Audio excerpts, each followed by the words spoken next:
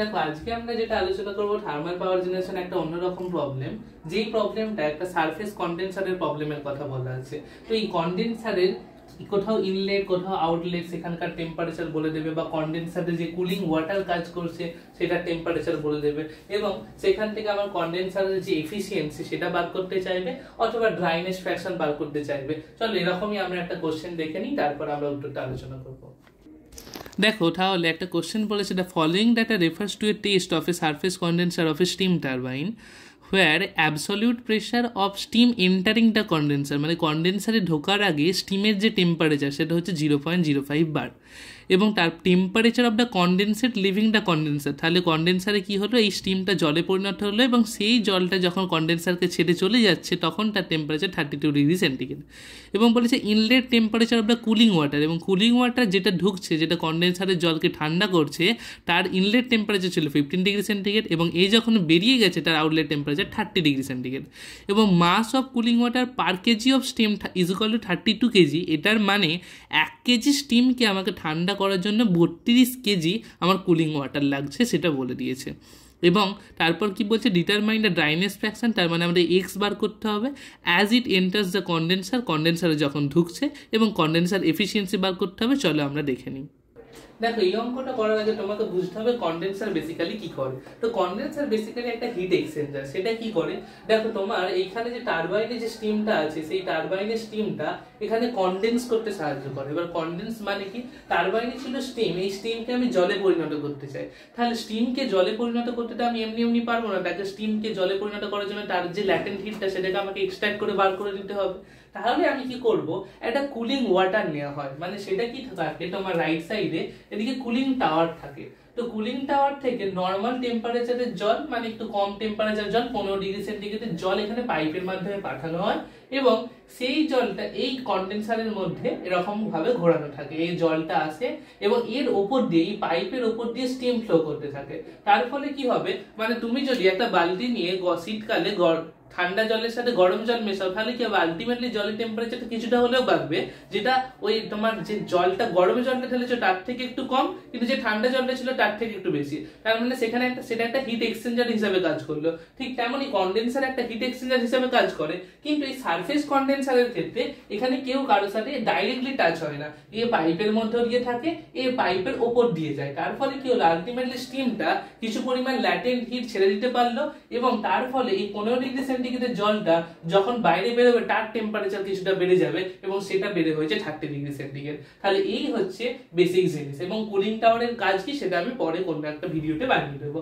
এবং তারপরে দেখো এই কন্ডেন্সারে স্টিম ছিল কন্ডেন্সারে ঢোকার আগে পর্যন্ত, তাহলে কন্ডেন্স হলো, কন্ডেন্স হয়ে ওয়াটারে পরিণত হয়েছে। তাহলে এখন যে জলটা বেরিয়ে পাম্পে যাবে, এখানে যদি আমি পাম্পটা আঁকি, সেই পাম্পে যেটা যাবে সেটা 32 ডিগ্রি সেন্টিগ্রেডের জল। চলো আমরা এবার বাকি ডাটাগুলো নিয়ে অঙ্কটা দেখে নিই। দেখো প্রথমত আমাকে যেটা চেয়েছে ড্রাইনেস ফ্র্যাকশন বার করে, তারপর চেয়েছে কন্ডেন্সার এফিসিয়েন্সি বোঝাতে। তাহলে আমি দেখলাম এই কন্ডেন্সারে ঢোকার আগে এখানকার প্রেসার বলা আছে 0.05 বার, আর কন্ডেন্সার থেকে যখন বেরিয়ে যাচ্ছে সেই জলের টেম্পারেচার বলা আছে 32 ডিগ্রি সেন্টিগ্রেড। এবার আমি যে কন্ডেন্সার আউটলেট এই জায়গাটা নিয়ে একটু ভাবি, তাহলে দেখো এই 32 ডিগ্রি সেন্টিগ্রেডে আমি কন্ডেন্সারের আউটলেট এই 32 ডিগ্রি সেন্টিগ্রেড টেম্পারেচারে, এবার এই টেম্পারেচারে আমি এখানকার এনথালপি আর এখানকার এইচএফ আর এইচএফজি পাবো। কিভাবে পাবো, তোমাকে যেমন প্রেসার টেবিল দেখিয়েছিলাম স্টিম টেবিল কিভাবে দেখতে হয়, সেটা যদি না বুঝে থাকো তাহলে তুমি প্রবলেম 1 এর ভিডিওতে যাও, সেখানে আমি বুঝিয়েছি। তো সেখানে আমাদের ছিল প্রেসার বলা ছিল, এইখানে যদি প্রেসার দেখতাম তখন আমি প্রেসার টেবিল দেখতাম, এখানে যেহেতু টেম্পারেচার দেখবো, টেম্পারেচারের রেসপেক্টে দেখবো, তাই স্যাচুরেটেড টেম্পারেচার টেবিল দেখবো।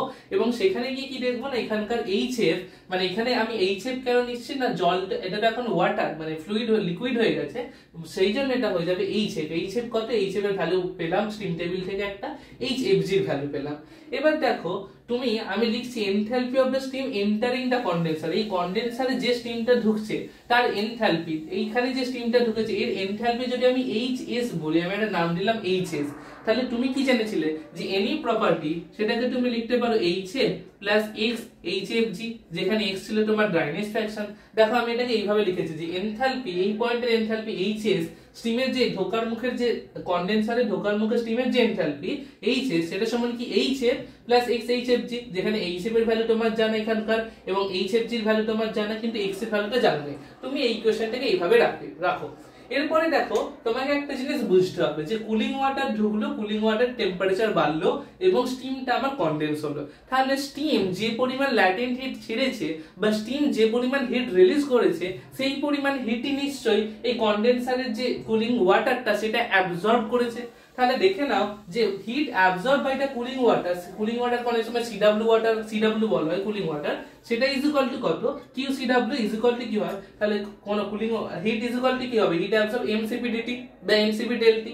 এবার এম কি, এম হচ্ছে কত কেজি ওয়াটার আসছে। এবার দেখো তোমার প্রতি কেজি স্টিমের ঠান্ডা করার জন্য 32 কেজি আসলে তোমার গিভেন কোশ্চেনে ডাটা হিসাবে দেওয়া আছে, তাহলে 32 কেজি। সিপি কি, এখানে তুমি ওয়াটারের কথা বলছো, তাহলে ওয়াটারের সিপি সেটা 4.186, তুমি এটা জানো বা তোমাকে মনে রাখতে হবে। ডেল্টা টি কি না, টেম্পারেচার ডিফারেন্স। দেখো এ যখন ঢুকেছিল তার ইনলেট টেম্পারেচার ছিল 15 ডিগ্রি, যখন বেরিয়ে গেছে তখন তার টেম্পারেচার হয়ে গেছে 30 ডিগ্রি, তাহলে 30 ডিগ্রি মাইনাস 15 ডিগ্রি এটা হয়ে যাবে তোমার টেম্পারেচার ডিফারেন্সটা। তাহলে এইভাবে তুমি কিউ-সি-ডাব্লিউ ক্যালকুলেট করতে পারবে এবং সেখানে তোমার অ্যানসার পাবে। এবং দেখো যে পরিমাণ হিট এটা অ্যাবজর্ব করেছে সেটা রিলিজ করেছিল কি, স্টিমটা। তাহলে heat release by the steam, মানে হিট রিলিজটাকে যদি স্টিমের হিট রিলিজটাকে যদি আমি কিউএস বলি তাহলে সেটা কি হবে, সেটা দেখো ইউনিট মাসের ক্ষেত্রে আমি এনথালপি হিসেবে কনসিডার করতে পারবো। এনথালপি দেখো এই পয়েন্টের এনথালপি আমি এখন ধরেছি যে স্টিম যখন কনডেন্সারে ঢুকছে তার এনথালপি এইচএস, এবং এই পয়েন্টের যে এনথালপি সেটা আমার জানা, কারণ 32 ডিগ্রি সেন্টিগ্রেড এখানকার টেম্পারেচার জানা, তাহলে করেসপন্ডিং আমি টেম্পারেচার টেবিলে যাব, এখানকার এইচএফ, এখানকার এইচএফটাই এখন এখানকার এইচ, রাইট। তাহলে এখান থেকে যেটা পেয়ে যাব এই স্টিম মাইনাস এফ, মানে এইচএস মাইনাস এইচএফ, এটা সমান হয়ে যাবে কিউ, কতটা পরিমাণ হিট রিলিজ করলো স্টিমটা। কেন, দেখো এইখানে স্টিমের এনথালপি যেটা ছিল, তাহলে স্টিম যখন লিকুইডে পরিণত হলো তার এনথালপিটা কমে যাবে, এবং এই এনথালপি যেটা কমলো সেটাই তো হিট হিসাবে রিলিজ করলো, তাই না। সেই জন্য HS minus HF is equal to QS. চলো আমি বাকি পার্টটা নিয়ে আলোচনা করি। দেখো তাহলে তোমায় যেটা বলছিলাম যে স্টিম যে পরিমাণ হিট রিলিজ করবে মানে এইচএস মাইনাস এইচএফ, এটা হবে কুলিং ওয়াটার যে পরিমাণ হিট অ্যাবজর্ব করেছে, মানে ক্যালকুলেশন করে দেখবে 2009 এরকম আসছে।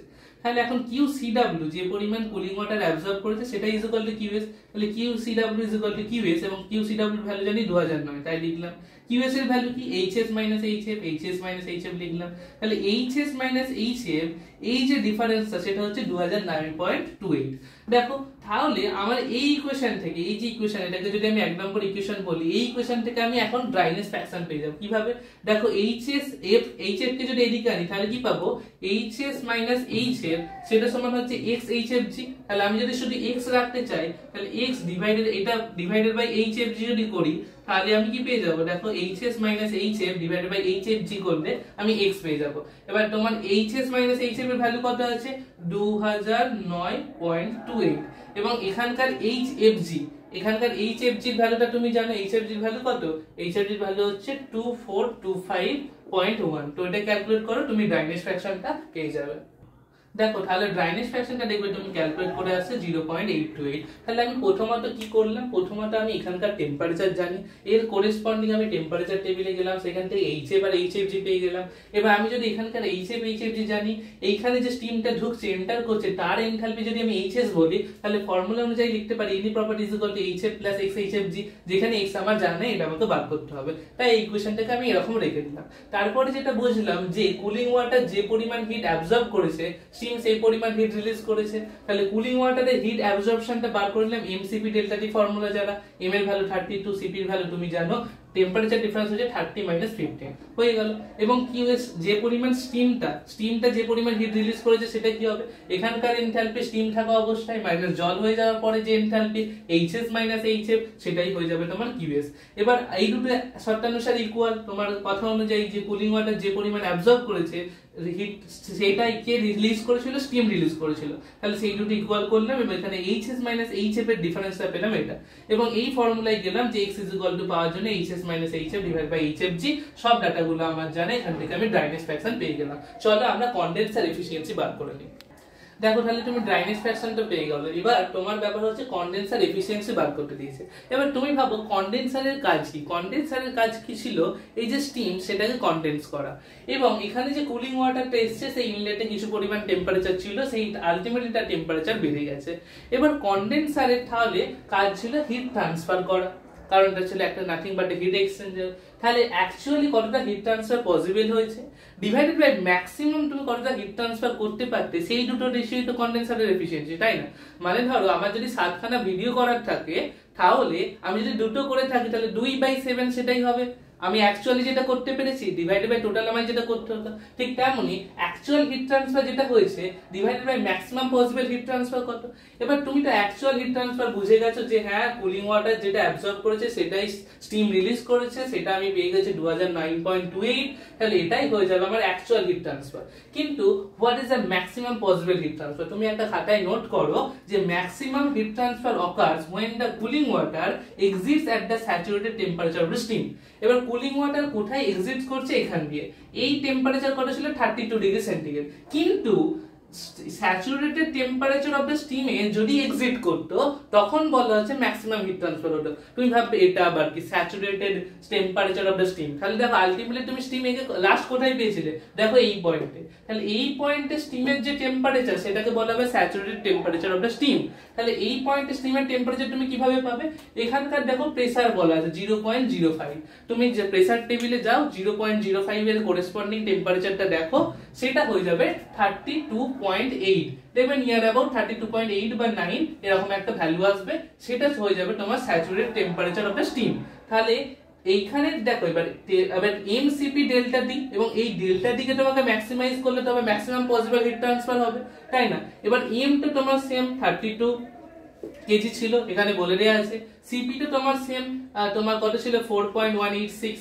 কিন্তু ডেল্টা টি, এবার দেখো তোমার কাছে তুমি যদি কিছু না বুঝতে পারো, তুমি যদি এটা বুঝতে চাও যে এটা ঠিক আছে 32.8 এত ডিগ্রি বা 902.9 তোমার সামহাও যেটা এসছে, তাহলে দেখো তোমার কাছে আলটিমেটলি কত টেম্পারেচার? একটা হচ্ছে 15, একটা হচ্ছে 30, একটা 32, একটা 32.8, একটা 15, একটা 30, একটা 32, একটা 32.8। তাহলে তুমি ম্যাক্সিমাম টেম্পারেচার ডিফারেন্স কখন কেট করতে পারবে? ম্যাক্সিমাম জিনিসটা নিয়ে আর লোয়েস্ট জিনিসটা নিয়ে, তবে টেম্পারেচার ডিফারেন্সটা ম্যাক্সিমাম হবে।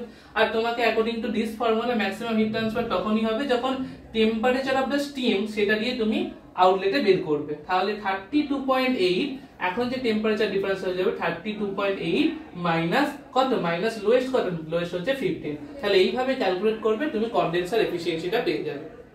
তাহলে দেখো এই স্যাচুরেটেড টেম্পারেচারটা আমি পেয়েছিলাম এই প্রেসারের রেসপেক্টে টেম্পারেচারে 32.8 বা 32.9 তোমার স্টিম টেবিল অনুযায়ী দেখবে, এবং সেটা এখানে যদি তুমি বসাও ম্যাক্সিমাম টেম্পারেচার ডিফারেন্স যদি ক্রিয়েট করো তাহলে ম্যাক্সিমাম পসিবল হিট ট্রান্সফার তুমি করতে পারবে।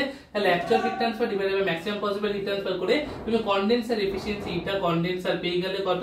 দেখবে নিয়ার অ্যাবাউট 83.8। তোমার 1-2 এদিক ওদিক আসতে পারে, পয়েন্ট সামথিং বা 1-2ও তোমার এফিসিয়েন্সি এদিক ওদিক আসতে পারে, কারণ তোমার স্টিম টেবিল আলাদা, তোমার স্টিম টেবিলের ডাটা আলাদা থাকতে পারে।